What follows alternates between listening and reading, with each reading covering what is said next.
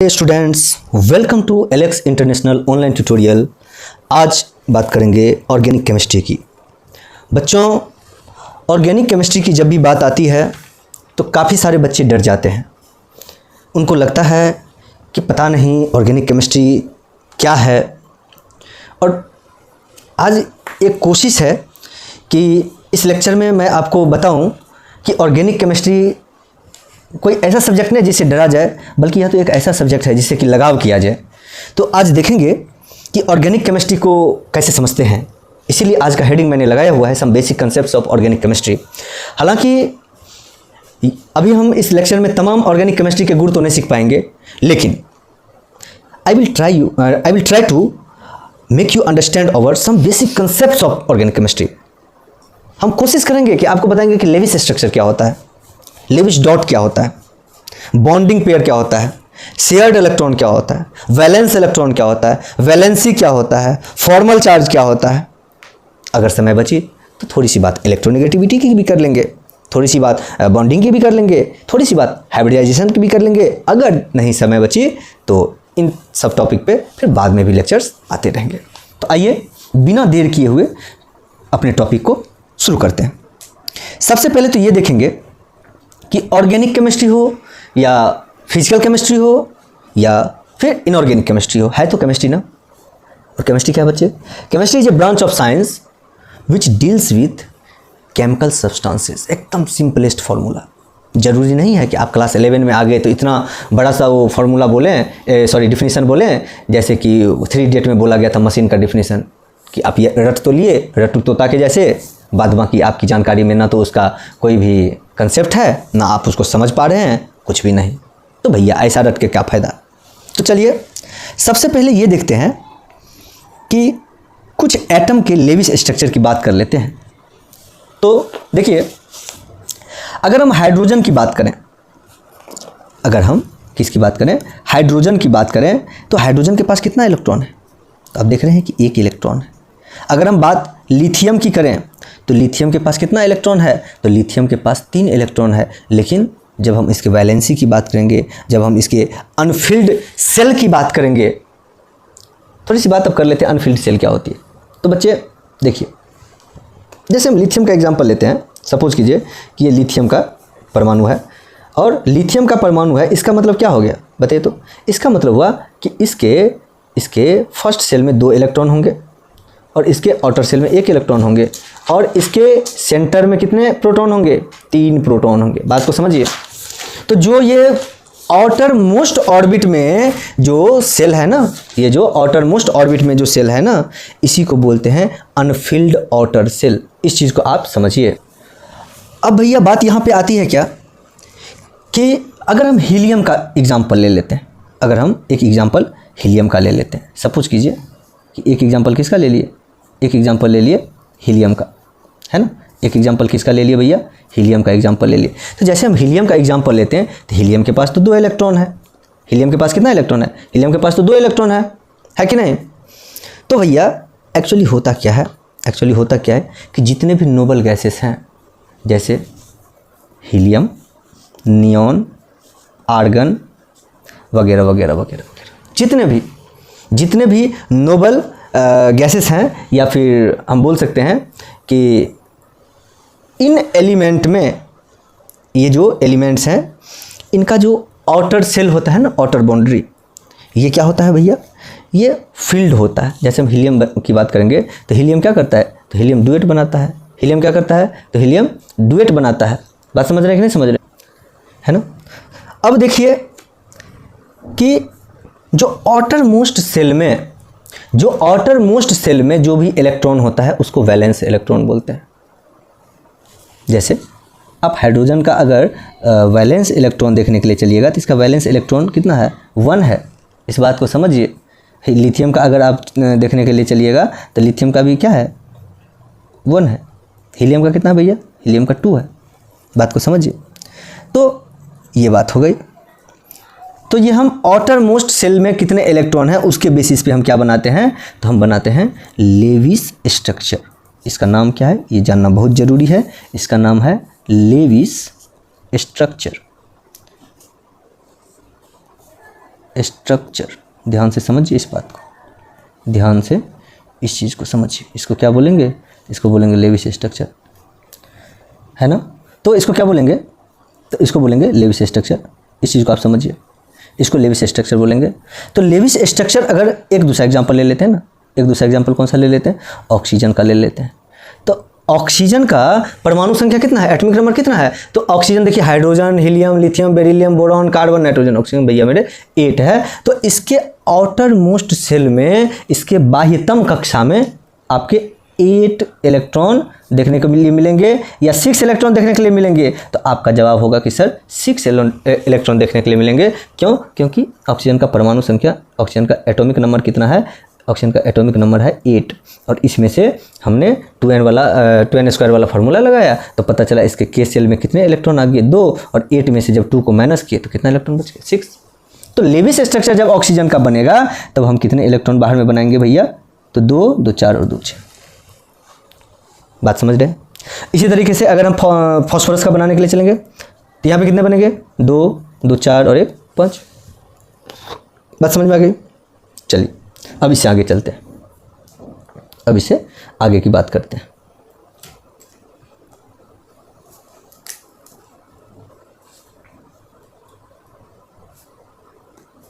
Okay, जहां भी आपको समझने में कोई भी दिक्कत हो तो आप प्लीज़ कमेंट बॉक्स में टाइप कीजिए।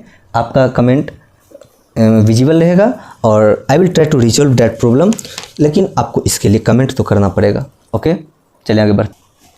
जब आप लेविस स्ट्रक्चर समझ जाते हैं, इसके बाद तो इसकी असल पटकथा का प्रारंभ होता है बच्चों। What I am talking about कि if you understood it well that what is a Lewis structure, after that you need to know about the bonding electron, you need to understand about the bond pair, you need to understand about the lone pair. What I'm talking about the shared electron, unshared electron. अब ये क्या बोला है भाई? ये shared electron क्या होता है, unshared electron क्या होता है? ठीक है, तो बात कर लेते हैं। शेयर्ड इलेक्ट्रॉन जैसा कि शब्द या बॉन्डिंग इलेक्ट्रॉन, इसके शब्द से तो पता चलता है कि भैया मेरे बॉन्ड फॉर्मेशन में जो इलेक्ट्रॉन सहयोग करेगा वो बॉन्डिंग इलेक्ट्रॉन होगा, और जो बेचारा बच जाएगा क्योंकि वो अकेला बच गया, लोनली बच गया, है ना, तो लोनली बच गया तो भैया लोन पेयर हो गया। क्या हो गया? लोन पेयर हो गया। एक एग्जांपल से हम इसको बेटर अंडरस्टैंड कर सकते हैं। जैसे ना हम ना CH4 बना लेते हैं, है ना, हम क्या बना लेते हैं? CH4 बना लेते हैं।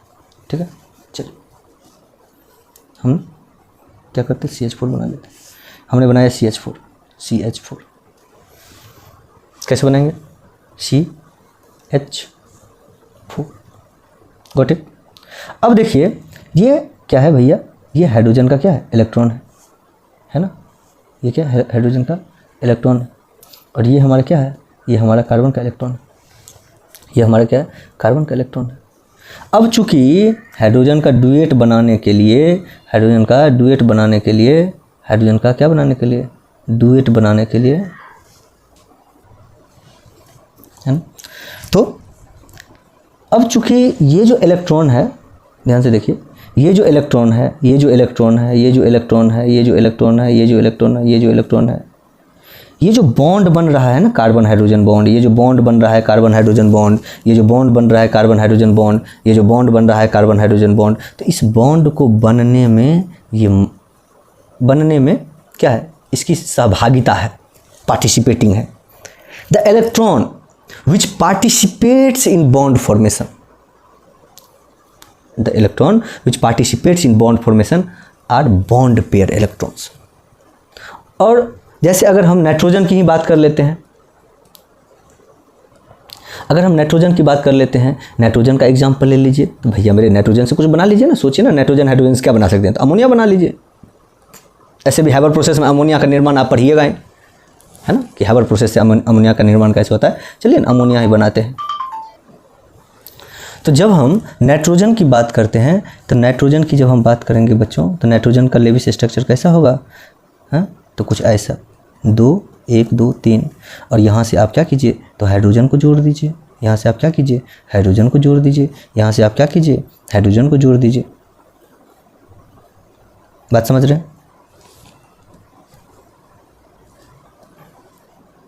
यहाँ से आप क्या कीजिए? हाइड्रोजन को जोड़ दीजिए।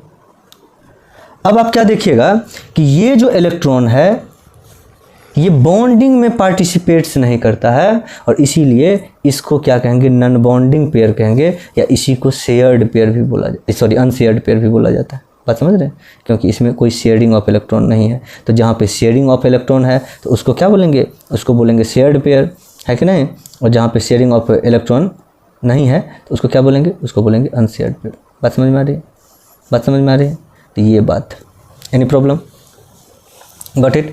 अब इससे आगे चलते हैं और अब हम निकालते हैं फॉर्मल चार्ज, है ना। अब हम निकालते हैं फॉर्मल चार्ज, लेकिन इससे पहले, हाँ, इससे पहले हम बॉन्ड की बात कर लेते हैं कि अगर H2 है, अगर क्या है बच्चे, H2 है तो H2 में हाइड्रोजन कितना बॉन्ड बनाता है, तो सिंगल बॉन्ड बनाता है। अब देख सकते हैं यहाँ पे कितना बॉन्ड है, एक बॉन्ड है। हाँ, अगर ये NH3 है, NH3 है तो NH3 में कितना बॉन्ड फॉर्मेशन होता है, तो आपने अभी देखा यहाँ पे 3 बॉन्ड फॉर्मेशन होता है ना।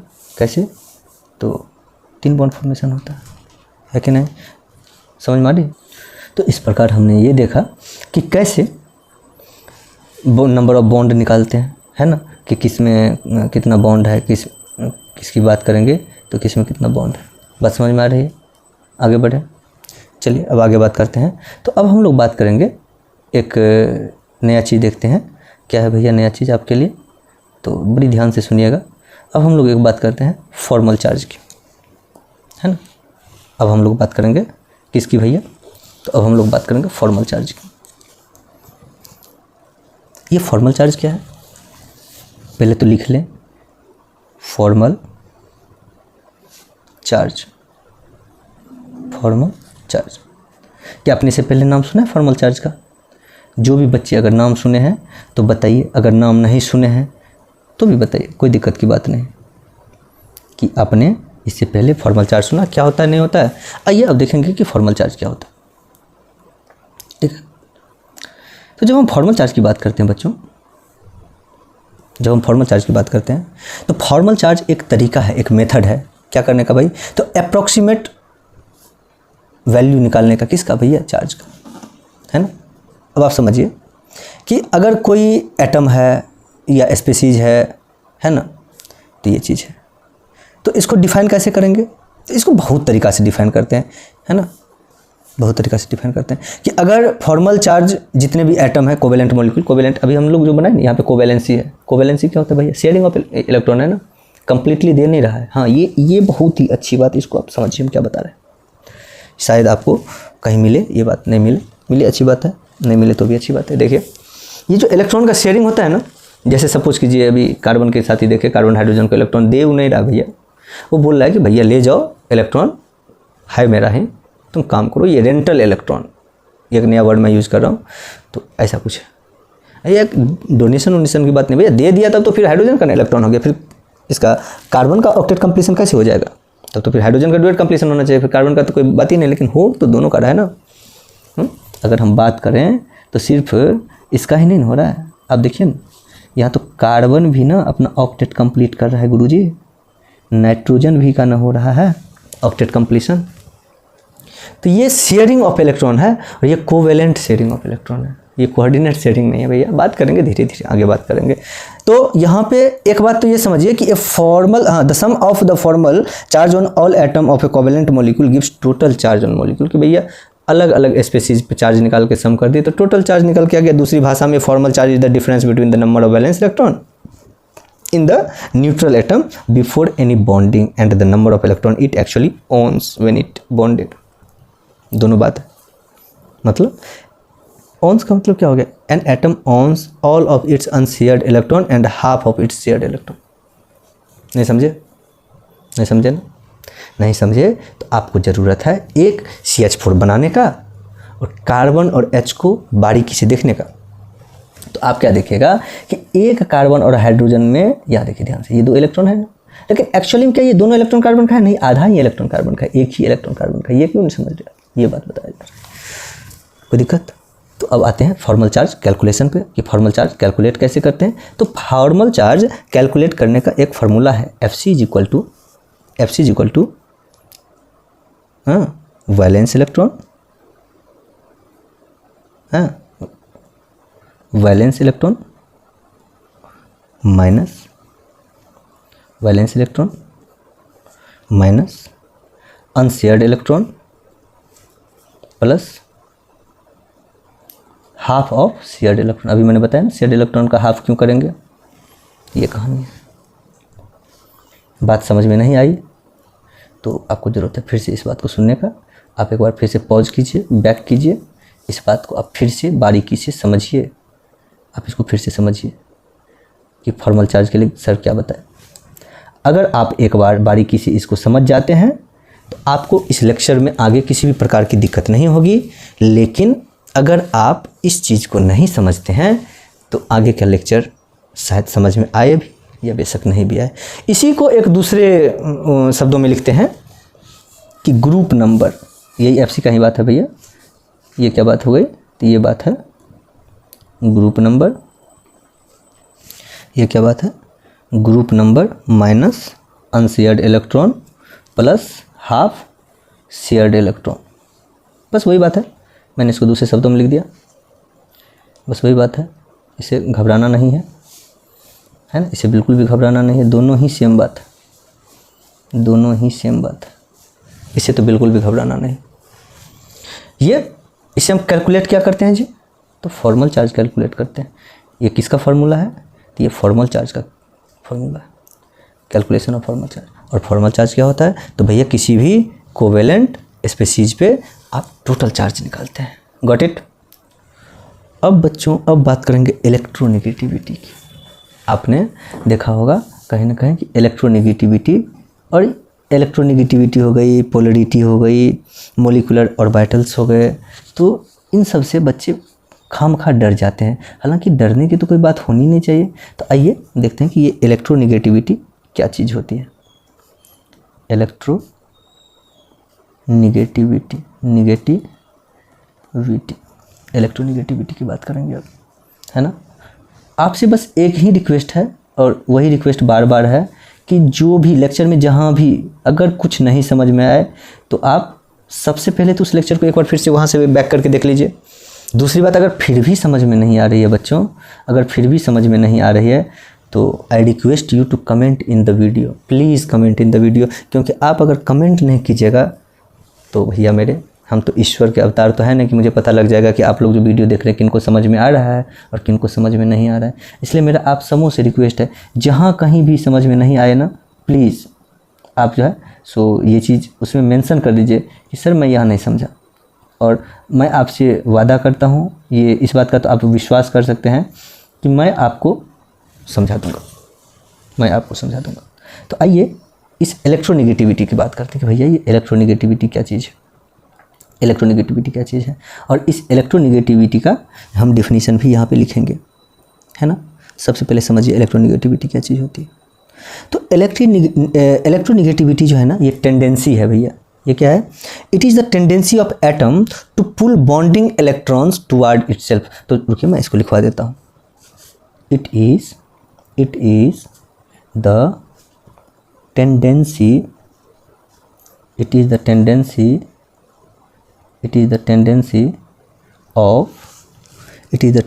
of atom to pull bonding electrons towards it। इसको आपको याद रख लेना है, इसको आपको याद रख लेना है। अब आप कैसे याद कीजिएगा ये आपका मामला है, लेकिन मेरा तो आपसे यही रिक्वेस्ट होगा बच्चों कि आप इसको याद कर लीजिएगा कि भैया जैसे ये कार्बन है ना, तो इसका इलेक्ट्रोनेगेटिविटी का मतलब क्या हुआ कि ये हाइड्रोजन को कितना अपनी तरफ खींचना चाहता है। समझ रहे कि नहीं समझ रहे हैं, हाँ। ये हाइड्रोजन को खींचना चाहेगा नहीं भैया, ये बॉन्डिंग इलेक्ट्रॉन को खींचना चाहेगा। कहाँ, तो अपने तरफ। कहाँ भैया, तो अपने तरफ। बात समझ में आ रही है, हाँ। समझ रहे कि नहीं समझ रहे, तो ये बात है। Got it, okay. Just taking an example of HCl, एक HCl का एग्जाम्पल ले लेते हैं ताकि आपको बेहतरी से समझ में आ जाए। HCl का एक एग्जाम्पल ले लेते हैं, ठीक है ना। किसका एग्जाम्पल ले लिया हमने एक HCl का एग्जाम्पल ले लिया। अब HCl के उदाहरण से हम ये समझने का प्रयत्न करेंगे कि इलेक्ट्रोनेगेटिविटी का क्या कंसेप्ट है, क्या बात है नहीं, ठीक है ना। चलिए फिर से कोशिश करते हैं समझने का कि ये इलेक्ट्रोनेगेटिविटी।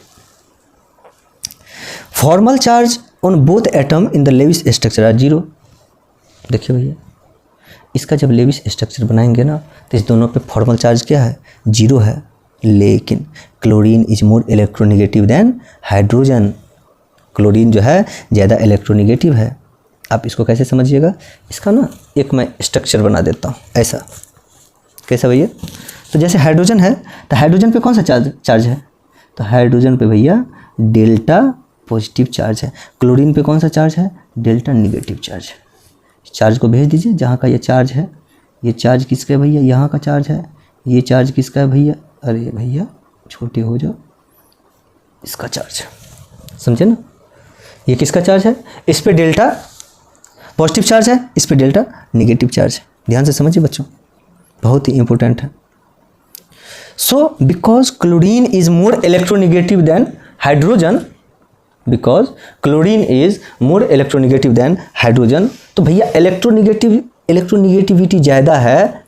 आप लोग बताइए ना कि इलेक्ट्रोनेगेटिविटी ज़्यादा है तो इसका क्या मतलब है, इलेक्ट्रोनेगेटिविटी क्या होता है। तो आपने ही ना अभी देखा कि it is the tendency of atom to pull bonding electron towards it, कि अपने तरफ जो है सो बॉन्डिंग इलेक्ट्रॉन को खींचना चाहेगा। तो भैया it has tendency to pull bonding electron towards itself. So chlorine has more electron density around it than the Lewis structure indicates. तो भैया लेविस स्ट्रक्चर क्या इंडिकेट करेगा, हाँ, दो दो और फिर से दो, है कि नहीं। फिर से एक बार बना देते हैं, फिर से एक बार बना देते हैं, दो दो और दो, कोई दिक्कत है ना, बस समझे ना। और एक जो है इसका ये बॉन्ड में चला गया, है ना, एक चला गया इसके बॉन्ड में, हाइड्रोजन के साथ में मिल गया, कोई दिक्कत। क्योंकि क्लोरीन का वैलेंस इलेक्ट्रॉन कितना होता है, 7 ना, है ना। क्लोरीन, फ्लोरीन, ब्रोमीन, आयोडीन, स्टेटाइन, सब का जो वैलेंस इलेक्ट्रॉन है कितना है, 7 है। ये आपको समझना पड़ेगा। तो अब क्या बता रहा है भैया, कि अब क्या समझ में आ रहा है कि chlorine has more electron density than the Lewis structure indicates and thus the some negative charge associated with it. Similarly, the hydrogen has less electron density and some positive charge, है ना। तो हाइड्रोजन पे delta positive charge देखा मैंने और chlorine पे delta negative charge देखा। So some negative charge associated with it. भैया क्या बता रहे हैं, the chlorine has more electron density than Lewis structure indicates. तो इसलिए क्या होता है, some negative charge associated with it. Similarly hydrogen has less electron density, इसका इलेक्ट्रॉन डेंसिटी क्या होगा, कम होगा। और इससे कौन सा चार्ज होगा, तो भैया पॉजिटिव चार्ज, कितना, some positive charge. Since the electron in the covalent are still shared, so the amount of charge on each atom is less than 1. दोनों पे जो चार्ज है ना, आपने देखा होगा मैंने डेल्टा पॉजिटिव और डेल्टा नेगेटिव इसलिए लगाया। डेल्टा का मतलब क्या होता है, कम, मतलब थोड़ा। डेल्टा का मतलब क्या होता है, थोड़ा। तो भैया दोनों पे जो चार्ज है ना, ये +1 और -1 के बराबर में नहीं है, ये +1 और -1 से थोड़ा थोड़ा है। इस बात को समझने की ज़रूरत है। इसका मतलब क्या हो गया, इसी को रिप्रेजेंट करते हैं एज डेल्टा पॉजिटिव और डेल्टा नेगेटिव। अब इसी चीज़ को पोलैरिटी भी बोलते हैं, जिससे आप डर रहे थे। अभी मैं आपको बताया कि अभी हम आपको इलेक्ट्रोनेगेटिविटी पढ़ाने वाले हैं, आप खुश हो गए। अभी मैं आपको बोलता पोलैरिटी पढ़ाने वाले हैं, तो आपको लगता पता नहीं सर क्या पढ़ाने वाले हैं, क्योंकि इलेक्ट्रोनेगेटिविटी तो जनरली हमको देखने के लिए मिल जाता है ना। लेकिन पोलैरिटी शब्द या पोलराइज शब्द का कितना जगह चर्चा है। तो ये हमने देखा कि किस पे डेल्टा पॉजिटिव चार्ज है, किस पे डेल्टा नेगेटिव चार्ज है। तो हम बोलेंगे कि in other word the hydrogen chlorine, हाँ भैया ये हाइड्रोजन क्लोरीन बोल सकते हैं, लेकिन एक्चुअली में ये हाइड्रोजन क्या है, क्लोराइड है ना। ये हाइड्रोक्लोरिक एसिड भी इसको बोला जा सकता है। तो ये केमिस्ट्री है, दिस इज केमिस्ट्री।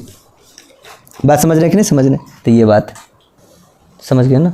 तो इसका क्या मतलब हो गया, अगर मैं आपसे क्वेश्चन पूछूं कि भैया, अगर मैं आपसे क्वेश्चन पूछूं कि ये जो हाइड्रोजन क्लोराइड है, ये हाइड्रोजन क्लोराइड में ये पोलराइज्ड कैसे हो गया भैया, तो अब तो आप एकदम सोच में पड़ जाइएगा कि पोलराइजेशन क्या होता है, पोलराइज होना क्या होता है।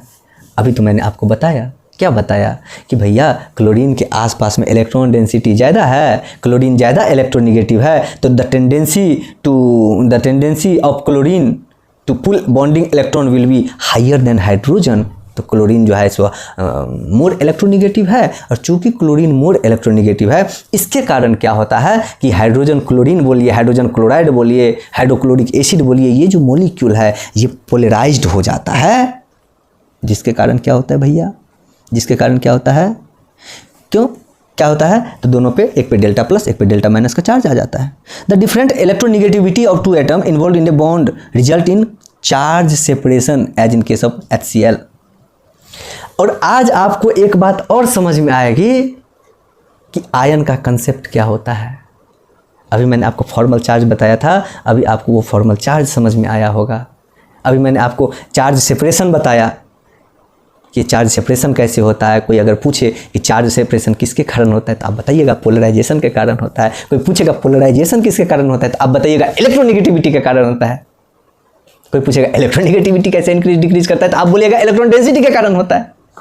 अरे भैया अभी और इलेक्ट्रॉन डेंसिटी ना बच्चों, जैसे ही आपको हम ना एटॉमिक ऑर्बिटल पढ़ाएंगे ना, यकीन कीजिए आपको इतना मज़ा आएगा। उस टाइम ना आप एकदम, हमको तो लगता है कि आप सांसें थाम के मॉलिक्यूलर ऑर्बिटल पढ़िएगा मेरे लेक्चर में, क्योंकि उसमें ज़्यादा से ज़्यादा आपको हम इलेक्ट्रॉन डेंसिटी पढ़ाएंगे।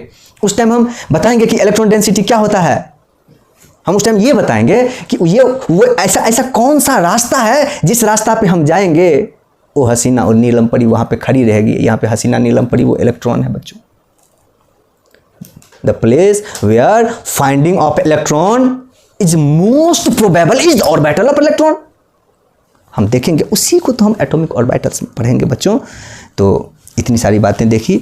एक और लास्ट जो बात है डाइपोल मूवमेंट, बस ये बोल के और आज मैं चाहूँगा आप लोगों से विदा लेने की। तो आइए एक और बात समझ लेते हैं। अब जैसे चार्ज सेपरेशन होता है ना, तो क्या होता है, तो भैया पोलराइज्ड हो गया, तो जो बॉन्ड फॉर्मेशन हुआ, कौन सा बॉन्ड हुआ, अरे भैया बियर मतलब भालू कहाँ रहता है, पोलर रीजन में। तो कौन सा भालू, पोलर बियर। हाँ नहीं पढ़ते हैं हम लोग, दैनिक बोलचाल में बोलते हैं ना कि क्या बोलते हैं कि ये फलना का बेटा है, मतलब फलनमा का बेटा है, ऐसा ही कुछ बोलते हैं ना। हाँ मतलब पोलर रीजन का चीज़ है तो पोलर बियर हो गया। तो उसी प्रकार से पोलराइज्ड हो गया तो पोलर बॉन्ड। तो अब जो ये बॉन्ड फॉर्मेशन है ना बच्चों, ये जो बॉन्ड फॉर्मेशन है भैया, ये कैसा, तो पोलर बॉन्ड हो गया। ये कैसा बॉन्ड हो गया, ये पोलर बॉन्ड हो गया। इसको समझिए आप, इसको समझिए। हालांकि हम बॉन्ड पे बहुत डिस्कस करेंगे, बहुत ज़्यादा डिस्कस करेंगे। डरने की तो बच्चे बिल्कुल भी ज़रूरत नहीं है, एकदम ज़रूरत नहीं है, बिल्कुल भी ज़रूरत नहीं है। लेकिन फिर भी मैं आपसे रिक्वेस्ट करता हूँ, कि मैं जितना अभी आपको इस लेक्चर में प्रोवाइड कर रहा हूँ, I think it is sufficient. लेकिन ये तभी सफिशिएंट होगा जब आप इसको देखिएगा। बात समझ रहे हैं ना।